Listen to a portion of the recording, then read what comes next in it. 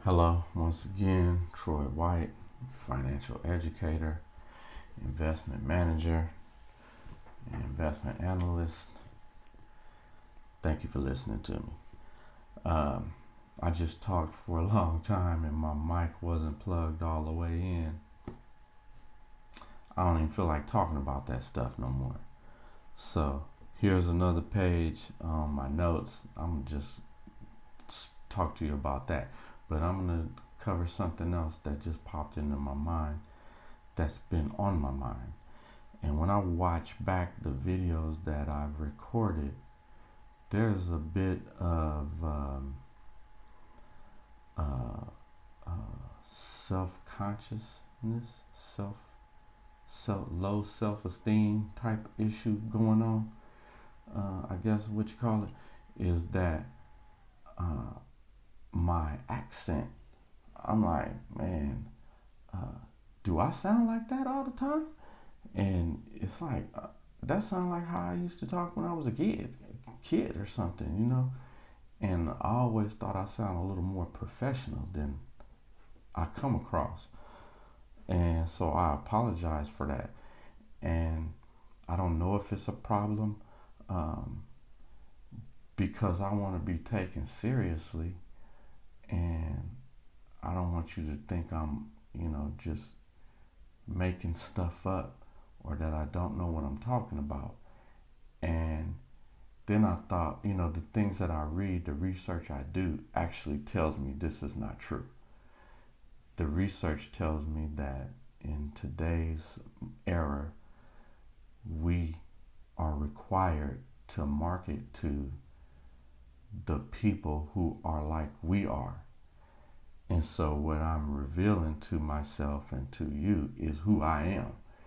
And who I am, I realize ain't who I always thought I need to be. I always thought I need to be trying to get this fictitious client that is this very proper African American intellectual that will look down on a person with the accent that I have, and they will be able to tell, oh, that broke ass motherfucker, they from the ghetto somewhere, and they, they didn't go to the elite school, or, yeah, he got a master's, but he worked all the time while he didn't get to sit in class like us rich kids and just, sit back and intellectualize the whole time and ponder these things, and he didn't get to go to the spring break and all that stuff. Yeah, I didn't. Yeah, that's true. So those things uh, kind of bother me when I think about it. When I do the self-reflection, I realize, you know what? I always think that they're gonna think negatively of me if I don't speak a certain way. But the bottom line is, you know what? I can only help how many people I can help, and I want to help the people who like me. And so, as I'm talking, I'm gonna have to tell you more and more stories of real life stuff that really happened, and it's gonna sound like I don't like bragging. I don't. I hate when people be bragging, and because what I realized too is that what I force, what I think is bragging, someone else think that's nothing. What I'm bragging about $1 million, they got $10 million. So your 1 million don't mean nothing. Someone got $100 million, don't think they $10 million is nothing. So the person with 1 million doesn't think your 100,000 is nothing. So you know, it's all relative. So when it comes across as if I'm bragging about a certain incident that may have occurred to me, actually I'm not easily impressed. I'm not actually bragging. I'm very critical of everything I've done. I'm not impressed by nothing. Pretty much nothing that nobody does. You could tell me, oh yeah, this dude went to Mars. Be like, oh yeah, tell me about that. So what was the preparation that was required for that? I'm gonna dig into it. Let's talk. Let's holler. But I'm not like starstruck by nothing. Nobody. So, that kind of bleeds into my stories that I'm telling. Sometimes when you're telling it enthusiastically, it may sound like you bragging about all this stuff. And what you think, you're a superhero or something, right? I do believe I can dance underwater and not get wet, but that's not why I'm telling you this story. You know what I'm saying? I tell the story just to get across a point, to get something across. So anyway, those are just some of the inner workings of my mind. A confession that I've realized. You know what? I gotta go and talk how I talk. You know what I'm saying?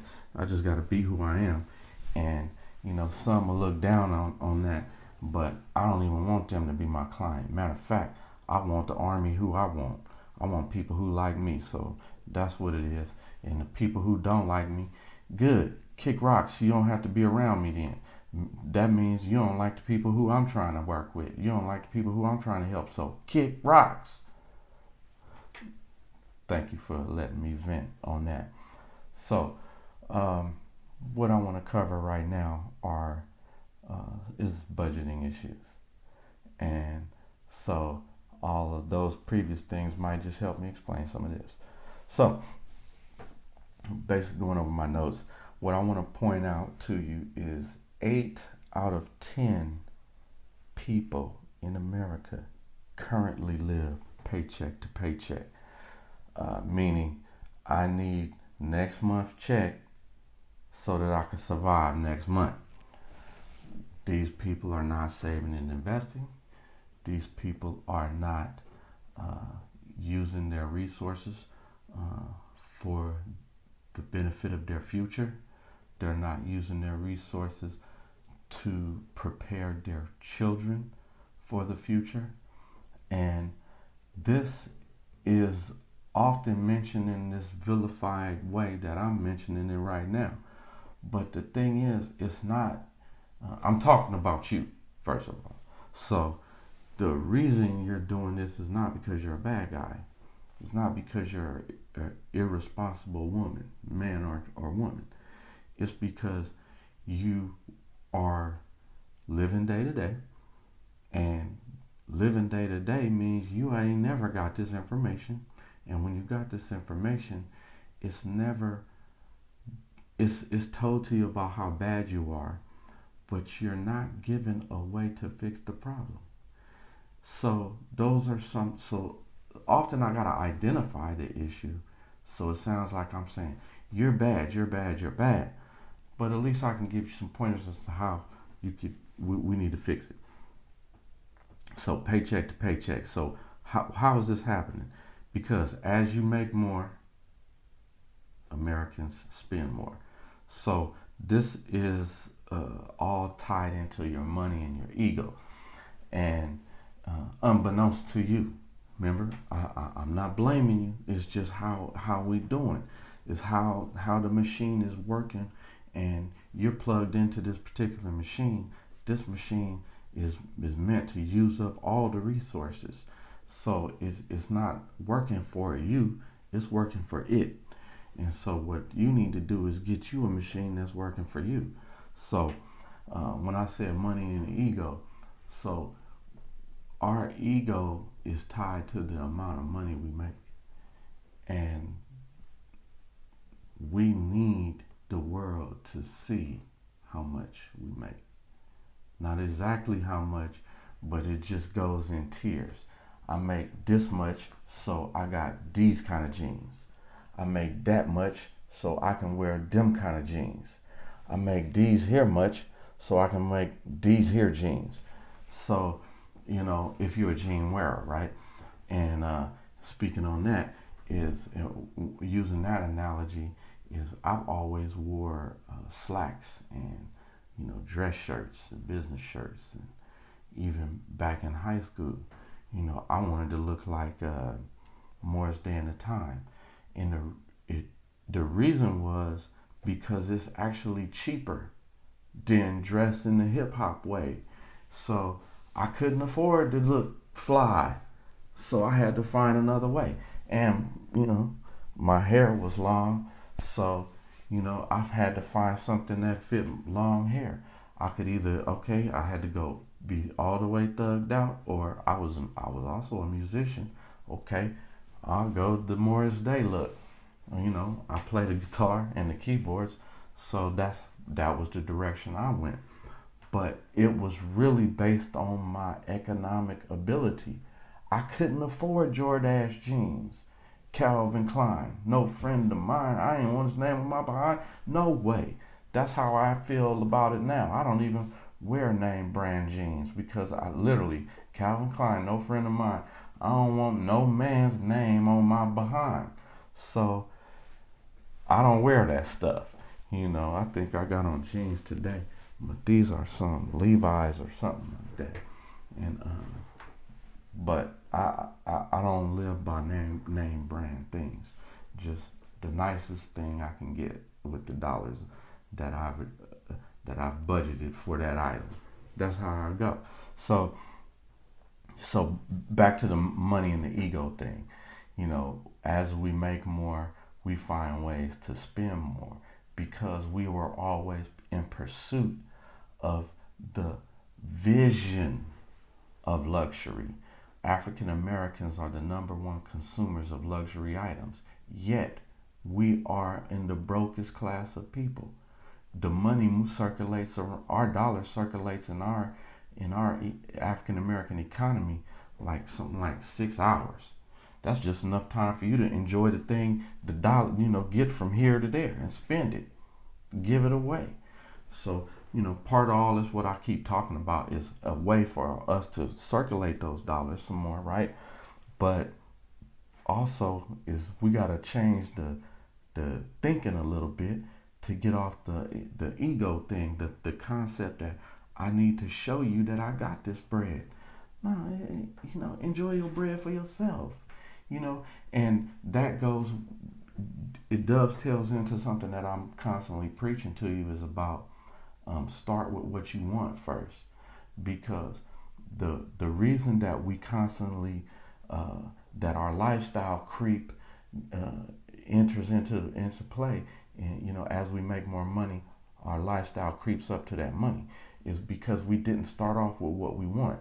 If we knew we wanted this thing over here, then as we make our money, we are trying to, save and invest to achieve that level right there. But what happens is, over here, with no goal like this, then what you'll do, you'll keep making money like this, right?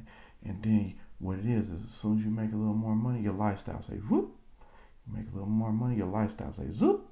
A little more money, zoop, zoop. But see, you could have achieved, you was achieving that way a long time ago. You had enough money to achieve those goals that you actually thought, if you thought about it, you actually had these goals over here, you would have been achieved that. And then been saving and investing, stacking for your legacy, because you've already achieved everything you wanted to do. But you're not even over here achieving it. You over here just filling up your, expanding your lifestyle to fit underneath your money, and you can stay broke. That's what's happening. Again, it's not your fault. You're going through the motions of life, living life the way it's presented, and this is what's being presented. You are the ultimate perpetual consumer, designed to keep this engine of an economy going, and not your economy, just this engine of economy going. And it's not a bad thing, because if you don't have a plan, then shit, we need the engine to run. So all right, I'm gonna plug you in right here. If you don't have a spot if you don't get in where you fit in, then I'm gonna put you in. And so all right, here, go to the bottom, hold us up while we keep this engine going. That's what's been happening, man. That's what's going on to you. So um, what did you do different when you got paid more? When your salary increased via a bonus or a raise, whatever it is, what did you do different? Did you budget this new batch of resources into your overall plan, and use it wisely to help you achieve your stated goals? Or did you just add it to the pile and let your lifestyle creep chew it up? Did you, with like that extra $100 a month that you received when you got a raise, or when you landed that new job, did you start saving and investing that in a fund that you could use towards starting your business that you had always planned on starting? Or did you just use it to go buy a new pair of shoes every month? And which actually puts you more in the hole, because you said, okay, I'm gonna use this extra $100 a month to go buy some new Jordans every month. I want to improve the way I'm looking. I've been holding back. I ain't been looking the way I wanted to look. I think I deserve some Jordans every month, a new pair. I'm gonna get 12 pairs this year, 12 new pairs of Jordans, since I'm making $100 more a year. Well, what's that gonna do? Jordans cost more than $100. So you feel I'm making more, I'm better, so I'm gonna show that I'm better. Whether you're showing it keeping up with the Joneses, or whether you're showing yourself that you're better. You need some way to show yourself. There's some improvement going on here. So without a plan to do it, without a consultation and advice on how you can show yourself that you are making these improvements, you're gonna find a way. And so that way may be, I'm finna go buy me some more Jordans. Then, so what you do, you take out your credit card, you buy those Jordans. Those Jordans was $208. All right, $208. Remember, you got $100 extra a month. So you bought them Jordans and you put down and you pay $100. Let's say you was diligent. You actually did put the $100 on that credit card, that extra 100. But remember, they 208. So you actually are further in the hole for doing that. So no problem. All right, but next month comes, you gonna get them other Jordans. You say you was about, but you was actually being good, because you saw 2 pair of Jordans that day, and you was about to buy them both because you got the raise, right? So you could afford it, right? But you said, nope, I'm gonna be a wise and good saver and investor. I'm gonna make good spending decisions. I'm not gonna buy 2 pairs of Jordans. I'm gonna buy one this month and one next month. All right, so next month is here. You go buy that other pair. Again, it's $208, not $100. So now you $216 in the hole. Now you keep doing this every month, right? Because you never budgeted it. You just theoretically know you got more money, and so I'm gonna go improve my lifestyle. But what that does is, just like that example, it perpetually makes you further and further down. You just going down in the hole, in the hole, in the hole. So here's where you spending. Here's what you actually is this way. Here's what you spending, but here's what you making. And this shit still is going up. You still making the same one. Even when you started making more, you making up here, but you still kept spending more. So that's what keeps happening to us. Whether you working at McDonald's, or you a doctor, a lawyer, or any executive, or a football player, a basketball player, just because you're making hella millions, yeah, them fools are spending hella millions. So, it just sometimes, in some cases, for a wise person, it'll take them longer to go broke. But because this just living by the machine that America gave you. But you gotta create your own machine, man. So gets me to this other thing. Ask yourself this: why not be broke? What's wrong with that? What's wrong with being broke? Shit, you in America, the sun's still gonna shine. You know what I'm saying? You gotta ask yourself that. Why I got a problem with being broke? Well, why you mad at broke people? I don't like it. and I don't like it for you. But shit, that's me. You live in your life. You gotta do what's good for you. You gotta drive your ship, right?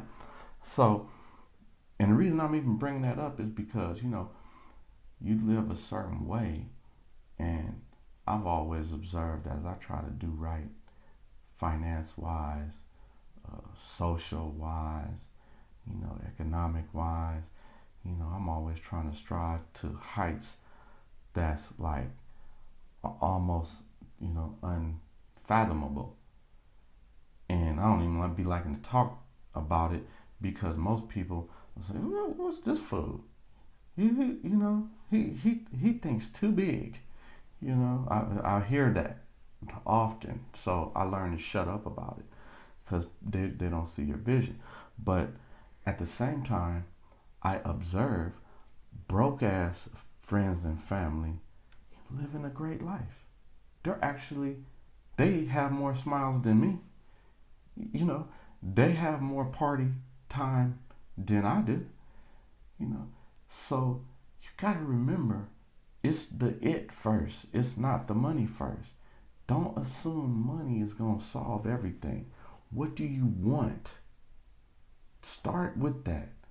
What do you want? Money is not always the means to get it. We know it is, but don't start there. We know money gonna have something to do with it, but you know, you know, it, we can't vilify people for being broke ass people. We call them trifling and this and that. They live in good lives. You know, they live in day to day, peacefully, leisurely, and they're eating well. In America, uh, the more you are in poverty, the more likely you are to be obese. How the hell can you have fat poor people? That's an oxymoron. So it's perspective. You know, people live in uh, this Section 8 housing, low income housing, but it used to be, fancy Victorian residence. It literally used to be. It's where I'm here in Oakland, California. It's literally homes that before the earthquake in San Francisco, the 1906 earthquake, these homes in Oakland were uh, were luxury getaway homes and fruit farms and stuff like that.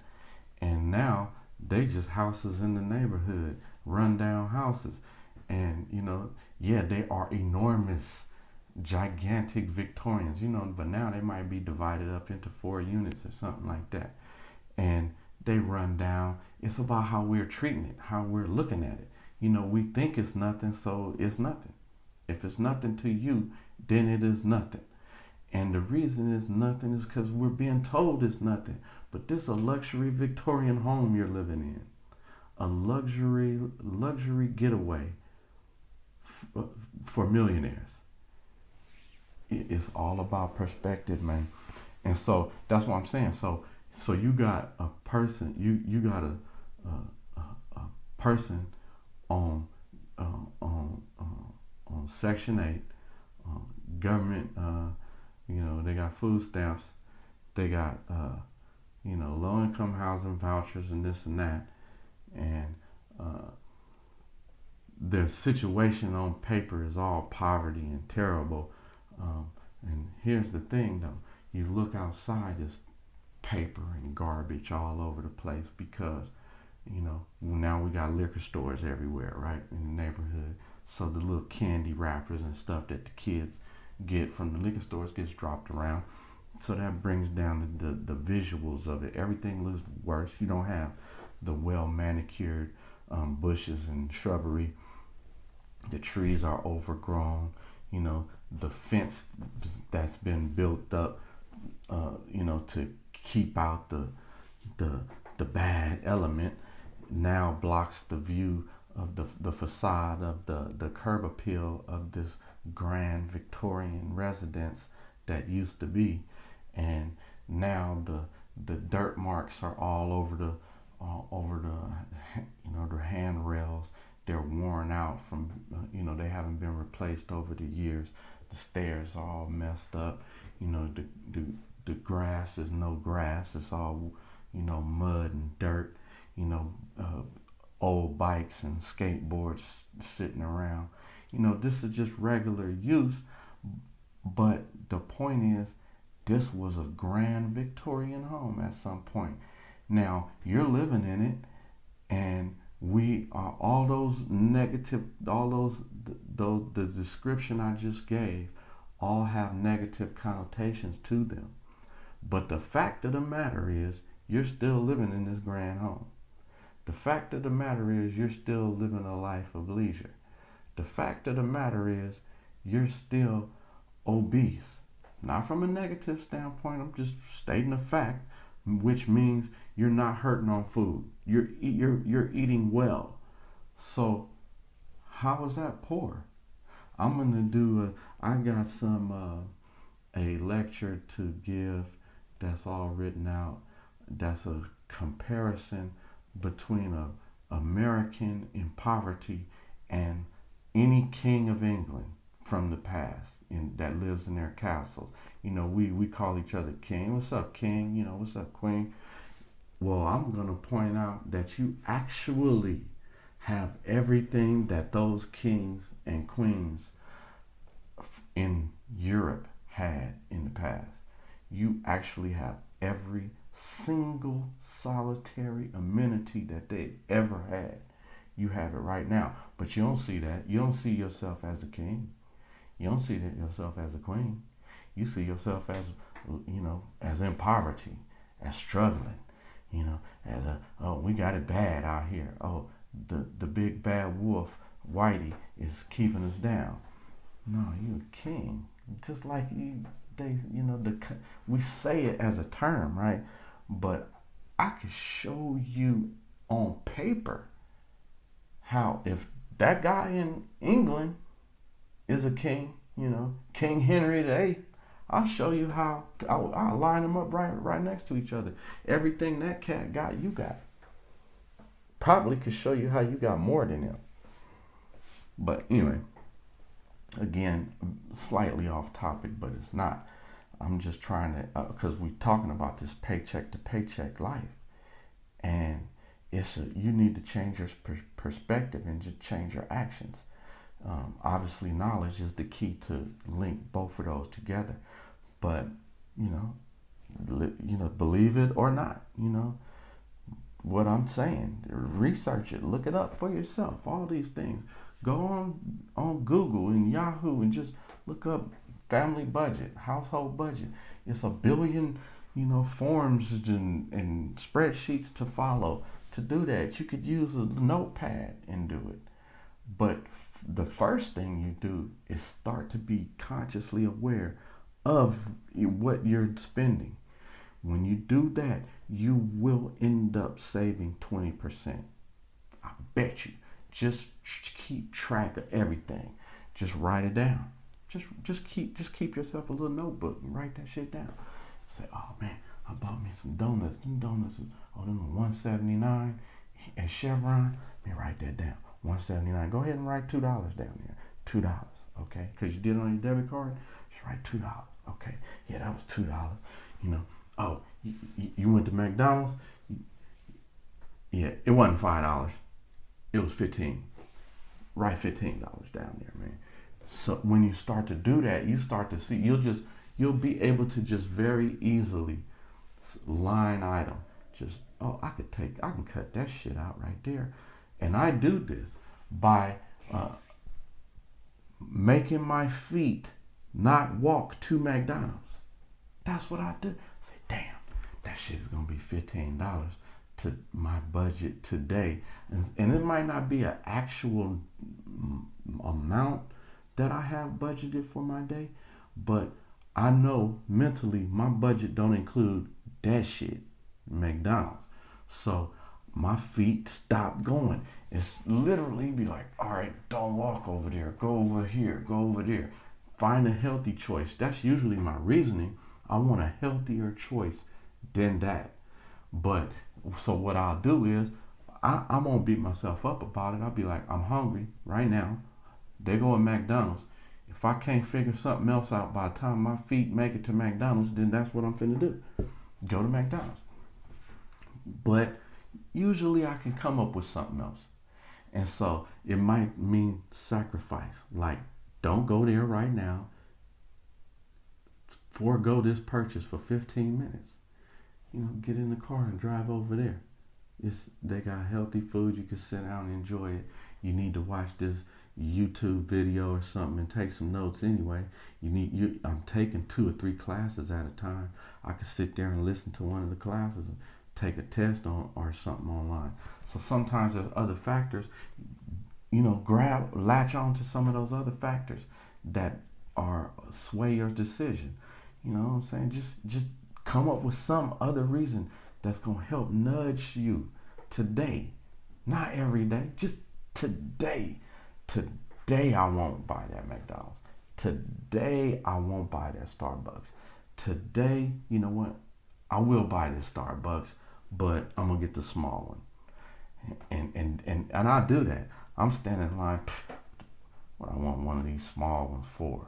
I'm a man. I need the tallest one. I'm gonna buy it anyway. I'm gonna buy the smallest one.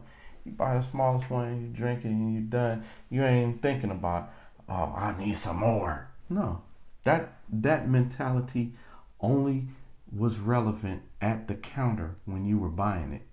It's not relevant while you're drinking it. It's completely irrelevant.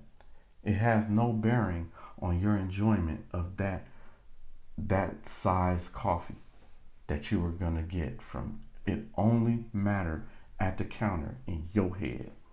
So just be conscious of that, and sometime get the small one. And then when you're done, don't trip, throw it away, and keep moving. Leave, go somewhere else, do something else. So anyway, I'm rambling on again. That's 32 minutes. I actually meant to talk for 5 minutes. So thank you for listening. I'll talk to you again later.